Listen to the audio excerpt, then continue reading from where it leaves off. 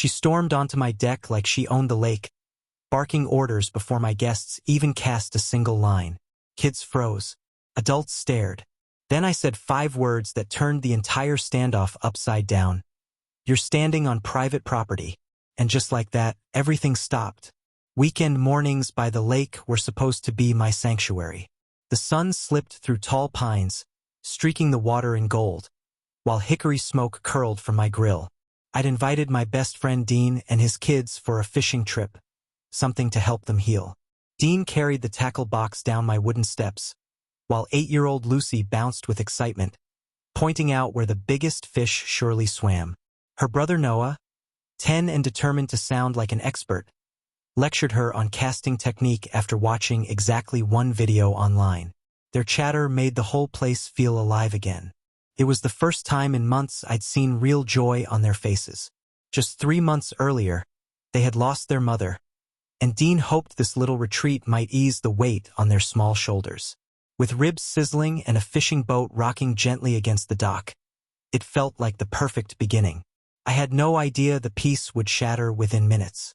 The sound came first, boots pounding up my deck, hard enough for the whole neighborhood to hear. Then her voice cut through the morning like a siren. "Get off the lake now," she screamed, climbing right onto my picnic table as if she were leading a military raid. Plates of ribs sat beneath her shoes, grease smearing into the wood. The kids froze. Lucy's fishing rod dangled at her side, her mouth hanging open. Noah's knuckles whitened around his reel as though he were bracing for impact. Even Dean, who had faced worse in uniform, looked ready to spring. And then came the bullhorn. She raised it like a weapon, her voice booming across the water. "Unregistered guests must leave immediately. This is a liability violation." 2 volunteers paddled beside her in a rental canoe, safety patrol decals slapped on like cheap stickers. They looked more like embarrassed extras in a bad play than any real authority. But the kids didn't know that. Their joy evaporated, replaced by wide-eyed fear. In that moment, she wasn't just an annoying neighbor. She was a storm ripping through what was meant to be a healing day. Her canoe cut in front of Dean's boat, blocking the open water. She jabbed a finger at the children as though they were criminals. "These minors create liability exposure. HOA protocols demand removal," she barked, her bullhorn crackling so loudly birds scattered from the trees. Lucy gripped Noah's sleeve. His small voice whispered, "Did we do something wrong?" That question hit harder than any shouted command.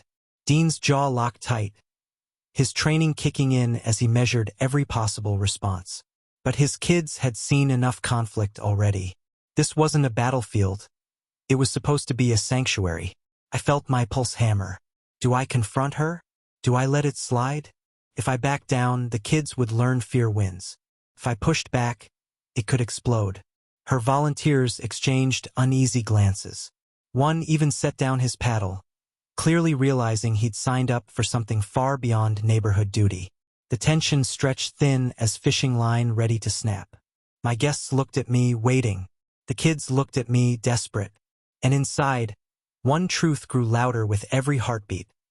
This was my land, not hers. I stepped forward, forcing calm into my voice even as adrenaline roared in my chest. "You're standing on private property." The words sliced through the chaos. Her mouth opened, ready for another tirade, but nothing came out. She froze mid-syllable. Her hands trembled on the bullhorn. The volunteers stopped paddling altogether. Even the breeze seemed to pause, waiting. Behind her, the water lapped softly against the dock, revealing faded survey lines painted decades ago. Blue stripes carved into the rock marked boundaries that had never belonged to her precious HOA. Her eyes followed mine to the marks.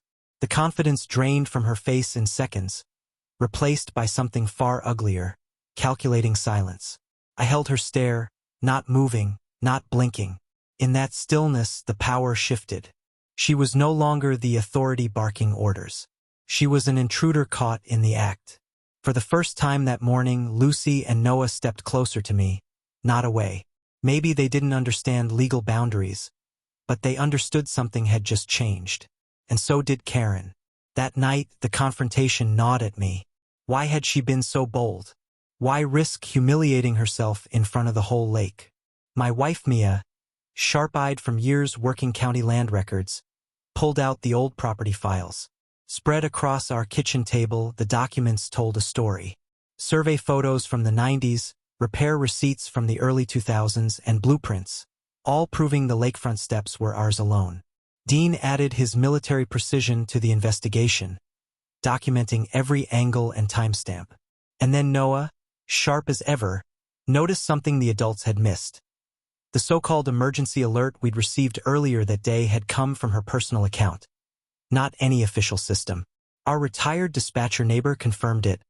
Personal phones can't issue emergency alerts. That's a federal violation. Piece by piece, her scheme unfolded. She wasn't just enforcing rules. She was inventing authority, misusing systems, lying to neighbors. Mia dug deeper and found budget records twisted with irregular expenses. Event tents, catering, sound systems, hidden under lake maintenance. It wasn't about protecting the community. It was about power, money, and control. And if she was willing to weaponize emergency alerts and finances, then this was bigger than a noisy Saturday morning. The community hall buzzed with tension as neighbors crowded in. Karen stood at the front, clipboard in hand, spinning her usual story about reckless guests and liability threats. But this time we came prepared.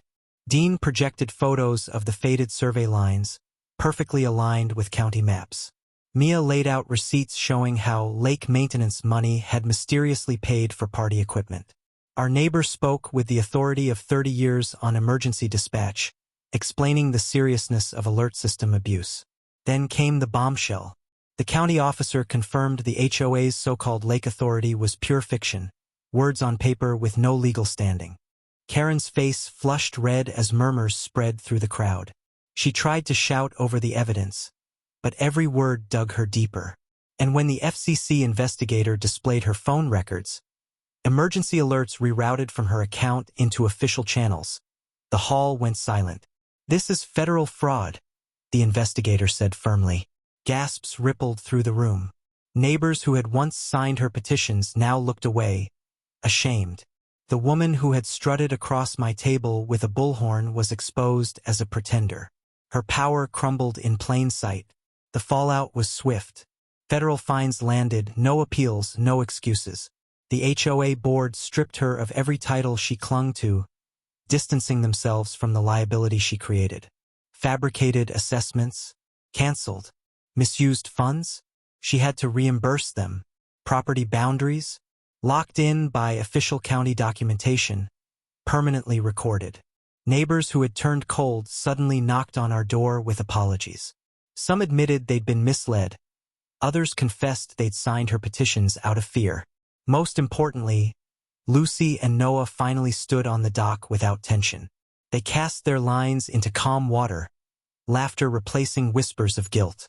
The lake felt like ours again, not because of ownership, but because peace had returned.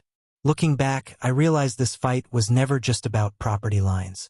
It was about refusing to let false authority bully families into silence. Karen tried to use fear, manipulation, even federal systems, but in the end, truth echoed louder. Standing tall didn't just protect my land.